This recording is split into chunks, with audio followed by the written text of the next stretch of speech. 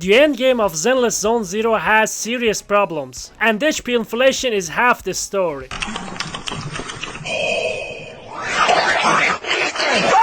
Let's start with the bosses. Every new patch introduces another one, and they are all designed around forcing you into certain playstyles. First off, we have Miasmic Priest. She is ice resistant and ether weak, clearly designed to promote Yishuan and counter Miyabi. And while the buffs in the assault also used to lean toward Yishuan, Priest isn't that bad overall. You can beat it with other characters as long as they are not ice. Priest also has the best use of the Miasmic mechanic in my opinion. To break the shield, you actually have to interact with the boss, making it feel fair. In version 2.1, we had Miasmic Fiend. Fiend is ether and physical weak, which is I think really good, but it's also fire resistant, countering Evelyn. I don't have a problem with that. The problem is the implementation of its miasma phase. The boss hops on a platform, spams projectiles, and you're forced to dodge until it's over. There's no way to skip it, and it feels really repetitive and frustrating. There's literally nothing fun about this phase. In the current version 2.2, the Defiler was introduced. Easily the worst.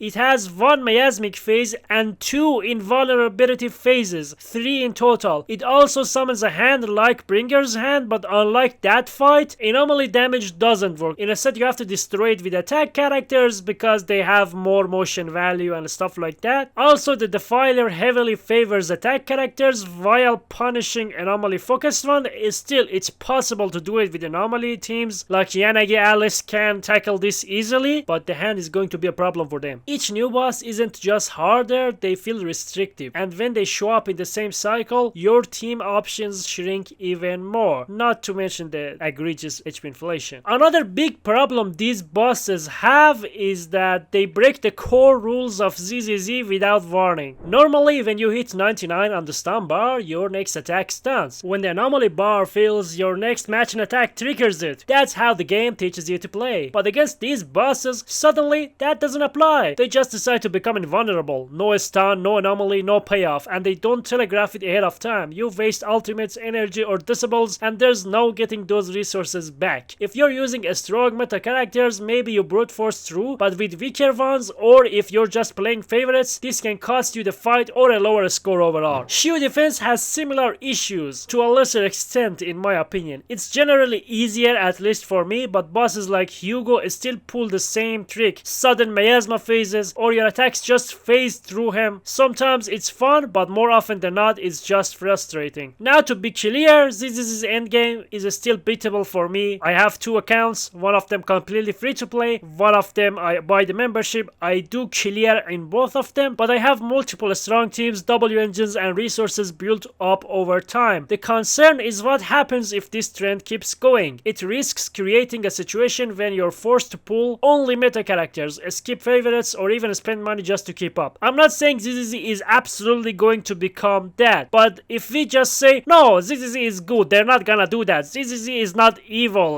like shit like that, but come on man, it's Hoyo. They have done it before and they can easily do it again. It's still the same company and it's just naive to be like, no, this won't happen and stuff like that. I hope it doesn't, but it might happen. Now, how can we improve this shit? First off, we have to telegraph everything correctly. If a boss is about to ignore a stun or anomaly, give me a clear indicator. 2. A smarter scaling. Instead of just inflating HP, make bosses scale dynamically based on your team. I don't know how good of a solution this is. This is just something I thought of. I don't know if it makes sense for a gacha game to do this, but this is the only thing I can think of when I think of a way to keep the game challenging, but at the same time keep older units viable. 3 is to lower the requirements. For example, instead of 20k, 18k, 14k, something like that. Now, some people might say if ZZZ doesn't do all of these egregious shilling and HP inflation at these shitty bosses, they can't make money. I don't think that's necessarily true. For example, I'm going to pull Yidhari even though I have invested heavily in Miyabi. So if it comes down to spending money, I'm gonna spend money to get my Yidhari. Why? Because Hidari is hot. I don't care how meta she is, how much damage she does and stuff like that. If they keep making banger characters, I'm gonna pull for them. I'm not gonna care if they are really good or really bad. If they're just normal, I'm fine. I skip Miyabi on my main account, so I'm not some kind of meta puller or stuff like that. Anyway, these are just my ideas. If you've got your own, or if you think mine could be better, improved in some way, leave them down below, especially if you've played other gacha games. Your perspective could be valuable. Join the Discord, comment, and by the way guys, I always leave a meme in the end of the video, so if you want to watch the meme, stick till the end.